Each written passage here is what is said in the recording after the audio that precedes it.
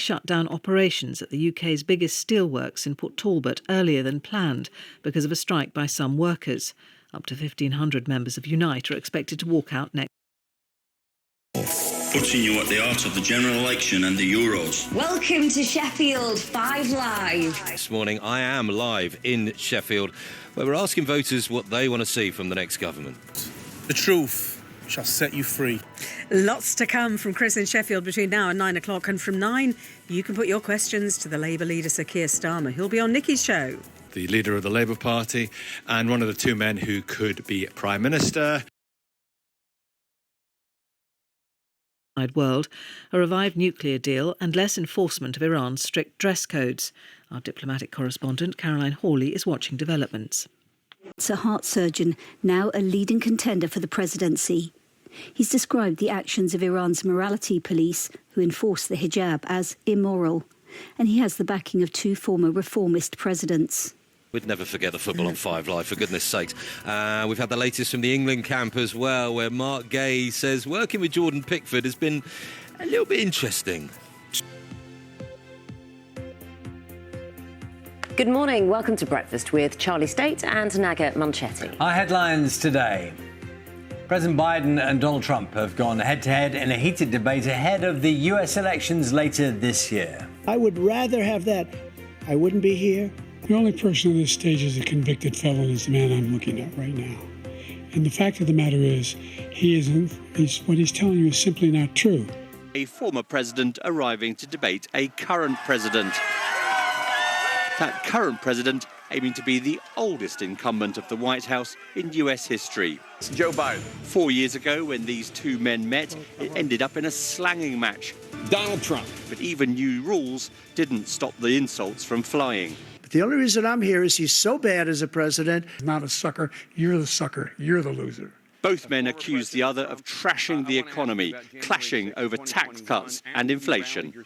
He's the only president other than Herbert Hoover who's lost more jobs than he had when he began, since Herbert Hoover. The only jobs he created are for illegal immigrants and bounce-back jobs, a bounce-back from the COVID. Sure that we continue. At times, Joe Biden sounded hoarse and difficult to understand. His aides said he had a cold, but there have been persistent concerns about his concentration and stamina, and this did not dispel those worries. Excuse me, with dealing with everything we have to do with, look, if we finally beat Medicare.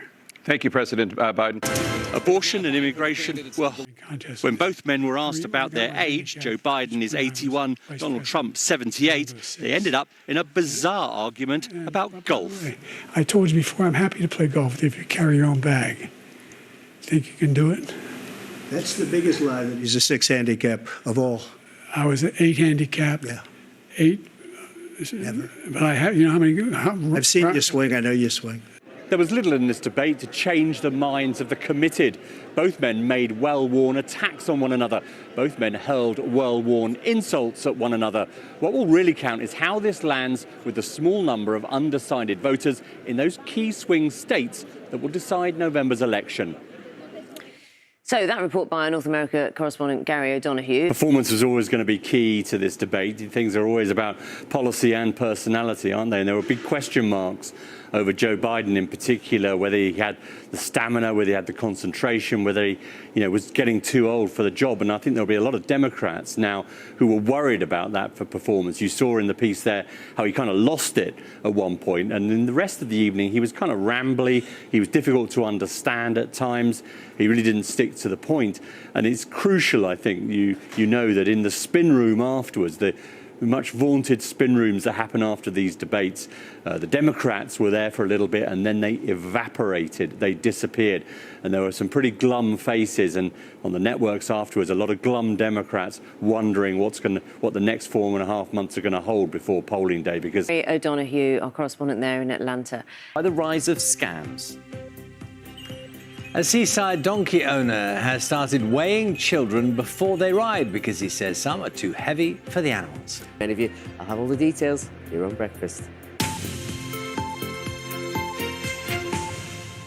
Good morning. It's Friday, the 28th of June. US President Joe Biden and his rival Donald Trump have gone head-to-head in the first televised debate of this year's election. Jong-un and President Xi of China, Kim Jong-un of North Korea, all of these, Putin, they don't respect him. They don't fear him. They have nothing going with this gentleman, and he's going to drive us into World War III. Right now, we're needed. We're needed to protect the world because our own safety is at stake. And again, you want to have a war, just let Putin go ahead and take Kyiv, make sure they move on, see what happens in Poland, Hungary, and other places along that border. Then you have a war. Well, the economy was also a key focus of the debate. We have the greatest economy in the history of our country. We have never done so well. Everybody was amazed by it. Other countries were copying us. We got hit with COVID. And when we did, we spent the money necessary so we wouldn't end up in a Great Depression, the likes of which we had in 1929. Well, look, the greatest economy in the world, he's the only one who thinks that, I think. I don't know anybody else who thinks he had the greatest economy in the world. And, you know, the fact of the matter is that we find ourselves in a situation where his economy, he rewarded the wealthy. Let's talk to our North America correspondent, Gary O'Donoghue, who's apparently had a cold. There's been quite a lot of criticism about his performance and Donald Trump's performance. Yeah, I don't think this was a good night for Joe Biden. He was pretty rambling at times. There was one moment when he seemed to lose his complete train of thought and sort of trailed off into kind of, well, nothing really, and nothing that made any great sense. And a lot of his answers were pretty difficult to understand at times. Now, his aides do say that he had a cold. He sounded pretty hoarse, but he also sounded pretty hesitant, and he sounded like he was lacking a good deal of energy. And that plays into a lot of concerns among Democrats about his stamina, about his concentration. And what I can tell you is here in the spin room, just after the debate ended, where you typically have all their surrogates on the floor, making their evaporated pretty quickly. There were a lot of Trump surrogates out there. We talked to one of them, and then they were out of here. And I think that tells you that there are some concerns about Joe Biden, concerns that people already have that have probably been made worse by this debate. Now, whether that'll end up or translate into anything concrete, it's very late in the day for the party to try and change its candidate. I think that's highly unlikely, but there will be a lot of hand-wringing, even more hand-wringing than there's been up till now. Gary, it's early days, isn't it? It's the first one. Yeah, there's time. There's 4.5 months before polling day here. But they've been deadlocked in terms of the polls, a couple of percent either direction, usually within the margin of error. And the reason they've had this debate, which is sort of reasonably early for a presidential debate, in fact, it's very early for a presidential debate, is to try and sort of break that deadlock, to try and put some water between one another, some distance, if you like. And I think the concern over the coming days for the Biden camp is, you know, will this allow Donald Trump to open up something of a lead? Because even though Donald Trump's only 3 years younger than Joe Biden, he was, you know, he spoke more clearly. He had a few decent attack lines. He repeated those. He managed to avoid, I think, some of his more sort of grievance-based episodes that he's gone on in the past in terms of how he's treated personally and how his record isn't respected properly. And I think in some ways the rules that they had in place tonight for this debate, cutting one another's mics off while the other spoke, actually made Donald Trump, you know, it sort of tidied him up a bit, if you like, in terms of presentation.